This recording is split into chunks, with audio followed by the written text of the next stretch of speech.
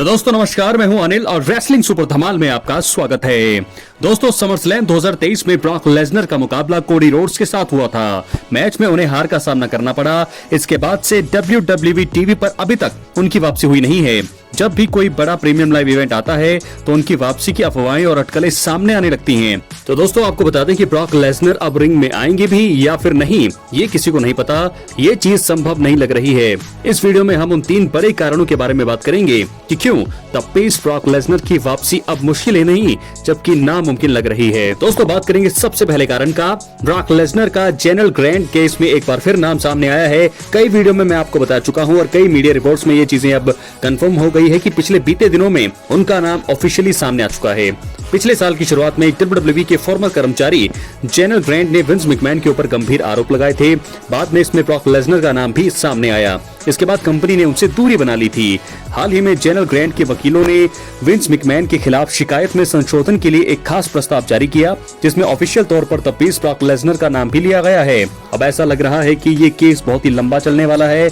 ऐसे में Brock Lesnar की वापसी कराने के बारे में WWE द्वारा बिल्कुल भी नहीं सोचा जाएगा। इस वजह से दोस्तों अब उनकी जो रिंग में एंट्री बहुत ही मुश्किल होगी। हम चाहते हैं वो आए, लेकिन अब जो है केस में उनका नाम ऑफिशियल तौर पर आने से जो है ये चीजें मुश्किल हो रही हैं ब्रॉक लेसनर के लिए।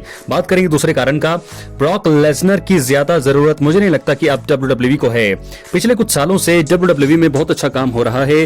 खास तौर पर ट्रिपल एच के एरा में तो जबरदस्त फायदा हो रहा है। अब कंपनी अपने मुख्य स्टार्स के ऊपर डिपेंड नहीं है। मौजूदा समय में कई ऐसे रेसलर्स हैं जो अपने दम पर WWE को आगे बढ़ा सकते हैं। साथ ही साथ बिजनेस को भी वो 7वें आसमान पर पहुंचा सकते हैं।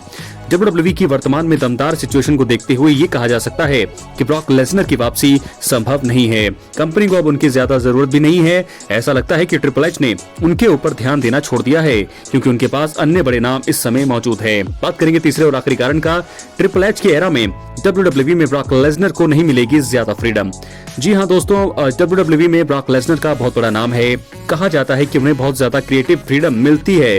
विंस मैकमैन जब थे तो कई चीजें अपने हिसाब से ब्रॉक लेसनर किया करते थे। अब ऐसा नहीं होगा, क्योंकि कमान ट्रिपल एच के हाथों में है।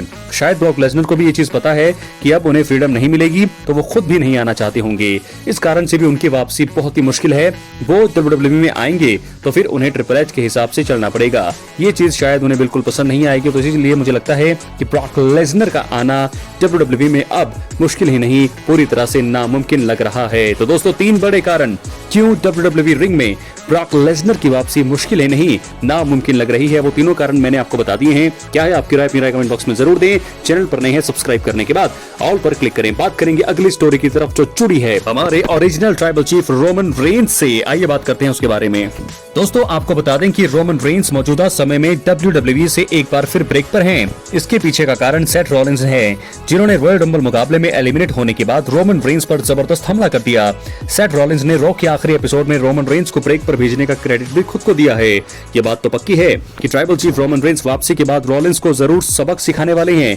इस वीडियो में मैं ऐसे 3 तरीकों का जिक्र करने वाला हूं जिनसे रोमन रेंस WWE में वापसी करने के बाद सेथ रॉलिंस से बदला ले सकते हैं। पहला कारण, रोमन रेंस पहला तरीका यह है कि वो कैसे सेथ रॉलिंस पर अटैक कर सकते हैं। रॉ में सेथ रॉलिंस को एलिमिनेशन चेंबर के लिए क्वालिफाई करने से वो रोक सकते हैं। दोस्तों बता दें रोमन रेंस फिलहाल अनिश्चित काल के लिए जो है WWE से बाहर हैं। सेथ रॉलिंस इस वजह से काफी खुश हैं और उनका ध्यान फिन बैलर के खिलाफ होने वाले एलिमिनेशन चेंबर क्वालिफाइंग मुकाबले पर है। सेथ रॉलिंस को लग रहा है कि रोमन की काफी लंबे समय तक वापसी नहीं हो पाएगी। हालांकि ये रोमन रेंस की चाल भी हो सकती है। संभव है कि रोमन रेंस रॉ में रॉलिंस के फिन के खिलाफ क्वालिफाइंग मैच के दौरान वापसी कर सकते हैं। यह बात तो पक्की है कि सेथ रॉलिंस इससे हक्के बक्के रह सकते हैं और इसका फायदा उठाकर फिन बैलर रॉलिंस को हराते हुए एलिमिनेशन चेंबर के लिए क्वालिफाई कर सकते हैं। इसके बाद रोमन रेंस और सेथ रॉलिंस पर जबरदस्त हमला करके उनके जख्मों पर जो है नमक छिड़क सकते हैं। पहला तरीका ये कि वो उनको रोक सकते हैं रो में आने वाले जो उनका मुकाबला है। दूसरे तरीके बात करेंगे हम दूसरे तरीके की। तो दोस्तों दूसरा तरीका यह लग रहा है कि रोमन रेंस रेसलमेनिया में संभावित मुकाबले में सेथ रॉलिंस को हरा सकते हैं। आपको बताते हैं रोमन रेंस का रॉयल रंबल में सेथ रॉलिंस के साथ साथ CM पंक के खिलाफ भी मैच टीज किया जा रहा है। रिपोर्ट्स की माने तो रेसलमेनिया 41 में Roman Reigns versus Seth Rollins versus CM Punk का ट्रिपल थ्रेट मुकाबला हो सकता है। रोमन इस मुकाबले में रॉलिंस और सीएम पंक दोनों की हालत खराब करने में शायद ही कोई कसर छोड़ेंगे। देखा जाए तो सीएम पंक के मुकाबले सेथ रॉलिंस डब्ल्यूडब्ल्यूई में रोमन रेंस के ज्यादा बड़े दुश्मन हैं। यही कारण है कि रोमन रेसलमेनिया पर जो है पंक से ज्यादा सेथ रॉलिंस को टारगेट करेंगे। यही नहीं, रेंस मुकाबले में रॉलिंस को स्पीयर देकर पिन करते हुए अपना बदला जो है ले सकते हैं। बात करेंगे तीसरे और आखिरी कारण का। रोमन रेंस रेसलमेनिया 41 में रॉलिंस के वर्ल्ड चैंपियनशिप मैच लड़ने के इरादों पर फेर सकते हैं पानी। दोस्तों, सेथ रॉलिंस ने रॉ में एलिमिनेशन चेंबर मैच जीतकर रेसलमेनिया के मेन इवेंट में जगह बनाने के प्लान के बारे में बात की थी। संभव है कि सेथ रॉलिंस रॉ में फिन बैलर को हराकर एलिमिनेशन चेंबर के लिए क्वालिफाई करेंगे। इसके बाद जब रॉलिंस एलिमिनेशन चेंबर मैच जीतने के काफी करीब होंगे तो वहां पर रोमन रेंस वापसी कर सकते हैं। और मुझे लगता है कि यही सबसे बड़ा कारण है, रोमन एलिमिनेशन चेंबर में ही वापसी कर सकते हैं सेथ रॉलिंस के लिए। तो रोमन वापसी के बाद सेथ रॉलिंस पर हमला कर सकते हैं और उन्हें धराशायी कर सकते हैं। इसके बाद कोई दूसरा स्टार जो है सेथ रॉलिंस को पिन करेगा और एलिमिनेशन चेंबर विजेता बनेगा।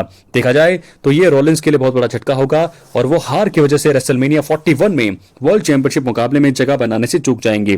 तो दोस्तों, मुझे यही तस्वीर लग रही है कि जॉन सीना और सेथ रॉलिंस आखिरी बार दो होंगे और आखिर में जो है रॉलिंस पर अटैक कर सकते हैं रोमन रेंस, जिसका फायदा उठा सकते हैं जॉन सीना और जीत सकते हैं एलिमिनेशन चेंबर। क्या है आपकी राय? मेरे कमेंट बॉक्स में जरूर दें। फिलहाल ये बात तो पक्की है कि रोमन रेंस आकर सेथ रॉलिंस को जरूर अटैक करना चाहेंगे। बहुत बहुत धन्यवाद।